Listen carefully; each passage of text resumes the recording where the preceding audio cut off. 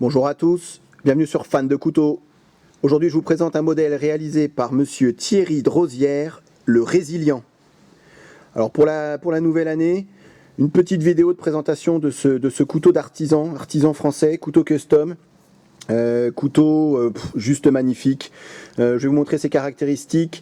Je vous invite à aller voir sur YouTube également et le site internet de monsieur Thierry Drosière, couteau trèfle. Vous verrez un petit peu toutes ses réalisations. C'est voilà, c'est je trouve très joli. Il y a aussi un Bushcraft XL qui me fait de l'œil depuis très longtemps, qui est je trouve sublime également. Et là avec le Résilient, on est vraiment sur un très beau couteau, très bien réalisé, très bien fini. Et voilà, un couteau d'artisan. Je vous invite encore une fois à aller regarder sur YouTube, il y a des vidéos de personnes qui l'ont acheté et qui s'en servent. C'est un couteau qui a été réalisé en collaboration. Donc Thierry Drosière a travaillé avec Théo du site artsurvie.com, voilà, pour réaliser ce couteau. Ici on est vraiment sur un couteau de survie par excellence. C'est pour ça qu'il a été créé, c'est comme ça qu'il a été créé, c'est un couteau de survie. Alors ici il s'agit de la version, pour ceux qui connaîtraient, hein, la version 2. Donc sans l'encoche pour le feu par friction, comme sur le SI5 par exemple. Allez voir le site de couteau trèfle, tout est très bien expliqué.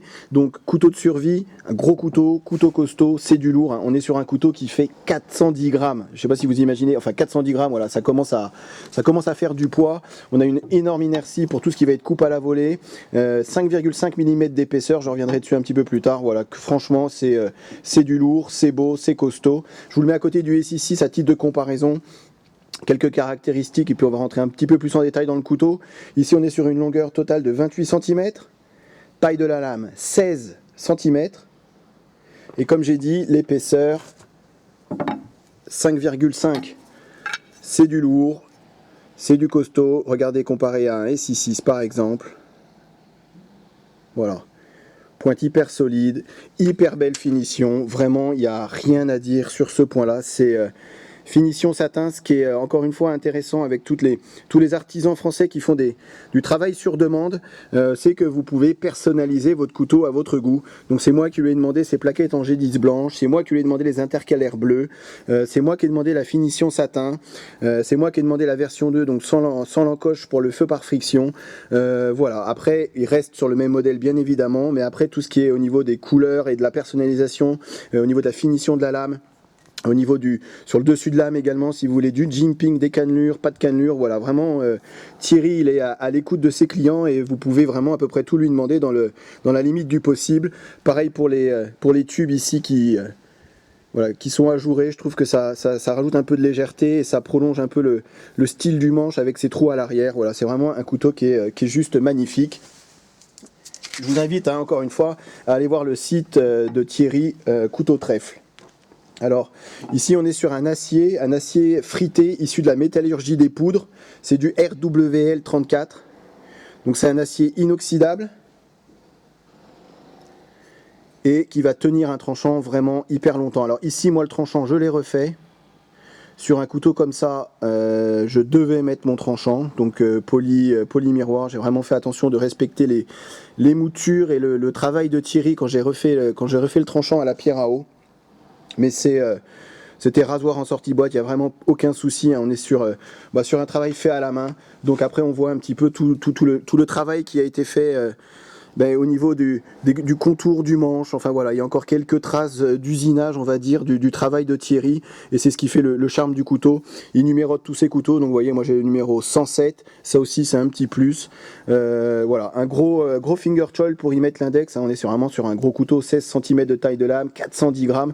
Donc là, je vois vraiment l'intérêt d'y mettre un finger choil pour se rapprocher de la lame pour le petit travail de détail sans aucun problème. On est sur un manche qui est ondulé pour une meilleure préhension. Et après on est sur un gros manche avec un gros galbe ici. Alors ça va être un couteau qui va être vraiment très agréable de travailler avec des gants.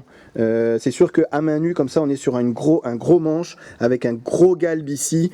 C'est pas comparé par exemple à un SI6, hein, je vous le mets vraiment à côté, où le galbe du manche est quand même beaucoup moins prononcé. Ici ça va vraiment être idéal pour travailler avec des gants, peut-être un peu moins avec les mains nues, voilà, c'est vraiment la seule constatation que je pourrais y faire, quoique moi avec ce genre de couteau je préfère me rapprocher de la lame comme ici, et on a vraiment un très bon contrôle de la lame. 5,5 mm d'épaisseur, RWL 34, ici plusieurs trous, donc vous pouvez, comme j'ai montré dans d'autres vidéos, hein, accrocher une paracorde de là à là, afin de ne pas perdre le couteau lorsque vous allez faire de la grosse coupe à la volée. Il en est tout à fait capable. Je vais réessuyer la lame pour vous montrer un petit peu le travail. Voilà, c'est un peu dans tous les sens aujourd'hui, mais il y a tellement de choses à dire sur ce couteau. C'est le travail de la finition satin. Voilà, moi je suis un amoureux des finitions satin, et là c'est juste magnifique. On voit vraiment le travail, hein, qui a été fait sur la lame pour lui donner cet éclat. C'est très très très joliment fait. Il existe, il peut vous faire des manches en micarta, il y a du G10 camo qui est aussi magnifique, avec ou sans intercalaire, c'est vous qui choisissez.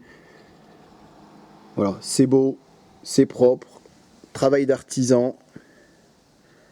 Alors le couteau, ce qu'il faut savoir, c'est qu'avant chaque commande, vous avez à peu près 1 an d'attente. Donc le jour où vous le commandez et le jour où vous le recevez, voilà, il va s'écouler 1 an. Mais c'est ça aussi qui fait le charme de ces couteliers et de ces couteaux, c'est que bah voilà, on attend et on n'est pas déçu. Alors je vous montre l'étui également avec ma petite touche personnelle, voilà, FDC.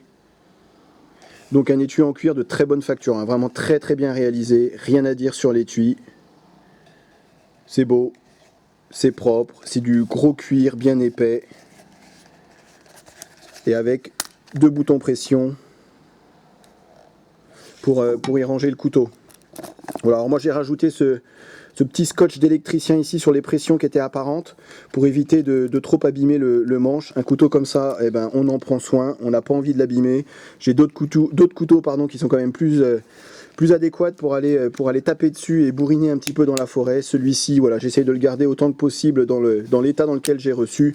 Je m'en sers, mais vraiment que pour des petites tâches légères et juste pour le plaisir de l'avoir en main et de travailler avec. Ça reste un très beau couteau. Ce qu'il faut savoir aussi, que c'est des couteaux qui sont pas donnés. Donc voilà, je préfère le signaler maintenant parce qu'autrement Thierry va se faire envahir d'emails. Voilà, c'est des couteaux qui sont vraiment pas donnés. Plus cher que ici. Voilà, après franchement le travail qu'il y a derrière, l'acier WL34, c'est pas un acier premier prix non plus. Les matériaux sont d'excellente qualité. Et puis si jamais vous avez moins de soucis avec votre couteau, voilà, il suffit de contacter Thierry et il pourra réparer ou vous dire ce qu'il faut faire pour réparer les éventuels petits soucis que vous auriez pu avoir avec le couteau ou avec l'étui. Hyper disponible, hyper sympa. Voilà, j'étais content pour cette nouvelle année de vous présenter ce beau bébé, ce gros bébé, ce beau bijou. Voilà, c'est pour moi c'est un de mes couteaux de survie, bah voilà, qui est le plus joli, le plus stylé, le plus gros, le plus impressionnant, le plus tout. Voilà, que des plus sur ce couteau. Et puis savoir qu'il a été réalisé, voilà, et qu'il est numéroté juste pour moi et comme je le voulais, c'est encore une fois un gros plus par rapport à d'autres couteaux type Essie, couteau industriel. Je ne renie en rien ces couteaux ici et les couteaux industriels, j'en ai énormément. Mais c'est vrai qu'un couteau custom, un couteau fait par un artisan français avec qui vous avez pu discuter et travailler un petit peu sur ce que vous vouliez, voilà, ça n'a pas de prix et je trouve que là, le résultat en tout cas est magnifique. Je vous souhaite encore une fois une très bonne année et à bientôt sur ma chaîne. Salut!